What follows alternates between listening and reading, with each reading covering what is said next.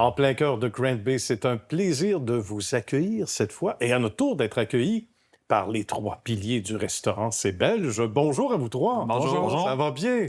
Très bien, merci. Merci de nous accueillir. On en profite pour saluer un autre partenaire qui ne pouvait être avec nous aujourd'hui, qui travaille dans les cuisines, je pense. Exactement. C'est mon bras droit, c'est Julien, qui est à Bien. l'autre restaurant aujourd'hui. On le salue. Il va se sentir évidemment impliqué et concerné, avec raison.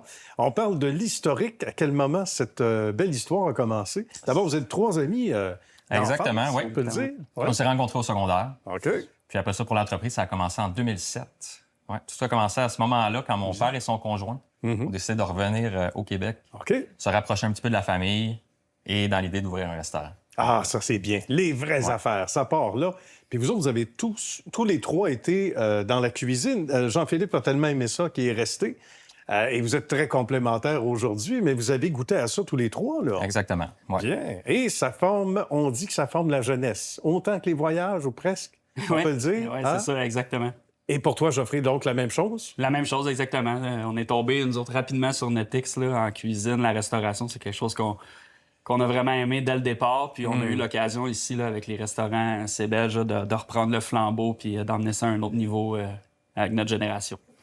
C'est quelque chose de travailler dans les cuisines, en restauration, mais c'est une autre chose au niveau de la gestion, surtout. Et ça, j'aimerais ça vous entendre tous les trois.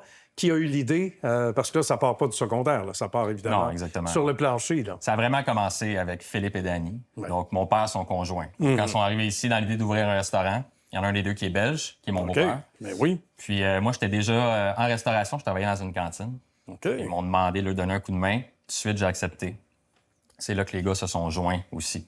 Il y Donc, avait on un a ouvert, naturel. Oui, exactement. On s'est pas fait prier trop tôt. Non, c'est Non, ça, non, exactement. ça, c'est- Geoffrey oui. était déjà en restauration, il faisait oui. des déjeuners. Puis Jean-Philippe travaillait dans une rôtisserie.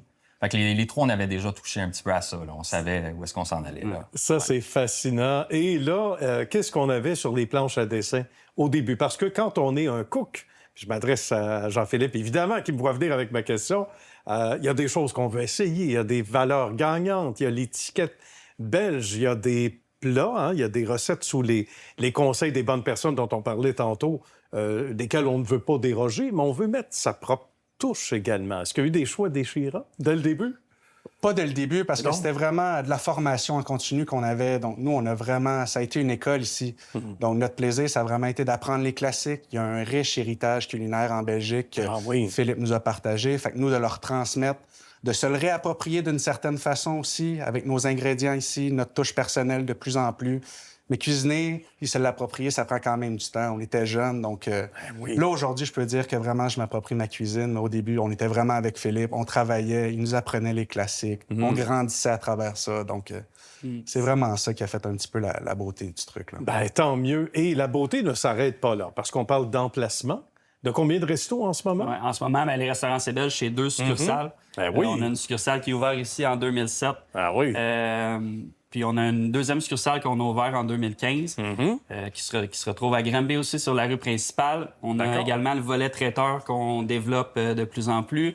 Puis on a un volet de transformation alimentaire, là. Donc on a une petite usine de production. Oui. Qu'on s'amuse avec ça, avec des produits qu'on vend en épicerie là, à travers le Québec. Des gaufres qui font jaser, C'est qui ça. font saliver à part ça. On peut retrouver ces produits-là un peu partout grâce justement à l'usine de transformation, on le disait. Exactement. On fabrique. Présentement, on retrouve les produits des Laurentides jusqu'à Sherbrooke, OK. principalement dans les métros IGA, Provigo. Bien. On a quelques épiceries indépendantes aussi. On a d'autres restaurants qui utilisent nos gaufres dans leur menu, donc ça fait plaisir. Là, c'est vraiment... Ben, je comprends. Et de là, toute la complémentarité de vous trois. Puis ça, je veux vous entendre là-dessus. D'abord, Marc-André, c'est important aussi. On peut être chum dans la vie. Des fois, en affaires, c'est deux. Mais souvent, ça aide au niveau de la confiance, etc. Ouais. Quand un a une idée de dire, ben, regarde, on ne se limite pas seulement au resto. Là. On va faire nos propres produits qu'on va vendre en épicerie. C'était l'idée de qui d'abord?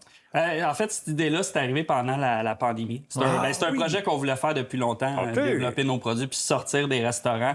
Puis on venait de racheter les 2 succursales, ça faisait pas longtemps. Puis bon, c'était un projet qu'on voulait faire. La pandémie est arrivée. Ça nous a permis de se recentrer, prendre le temps de développer ce projet-là. À la base, honnêtement, on voulait faire ça durant la pandémie pour s'amuser puis trouver quelque chose à faire, là, vu que les restaurants ils étaient fermés. Finalement, ça a super bien marché.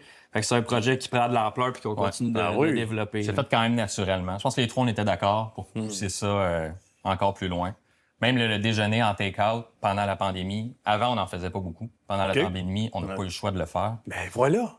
Il y a aussi une belle boutique ludique. Hein? Et ça, là, c'est pas banal. Tintin est en vedette. Faut nous parler de la sortie, parce que quand les gens viennent manger ici, on les dirige éventuellement quand toute bonne chose a une fin, donc ils doivent quitter. Mais ils passent par un endroit magique. Jean-Philippe, tu peux nous en parler un petit peu? Exactement. Donc, c'est la boutique qui complète l'expérience. La boutique C'est Belge. C'est vraiment un bel endroit que autant les objets Tintin sont mis en valeur, il y a du Harry Potter, il y a les chocolats Léonidas. Donc, ça complète vraiment l'expérience. C'est beau pour les yeux. Il y a beaucoup de couleurs. Donc, les gens revivent vraiment des souvenirs d'enfance. Donc, ça vient vraiment les marquer. Si on vous avait dit, hey, nous trois, là, on va être en... Vous trois, vous allez être en affaires. Ensemble, on n'y aurait pas cru. Jamais. Non. Ben, à la base, non, vraiment pas. Ça s'est dessiné tranquillement au fil des années quand on est arrivé vraiment au C'est Belge. Là. Tout seul.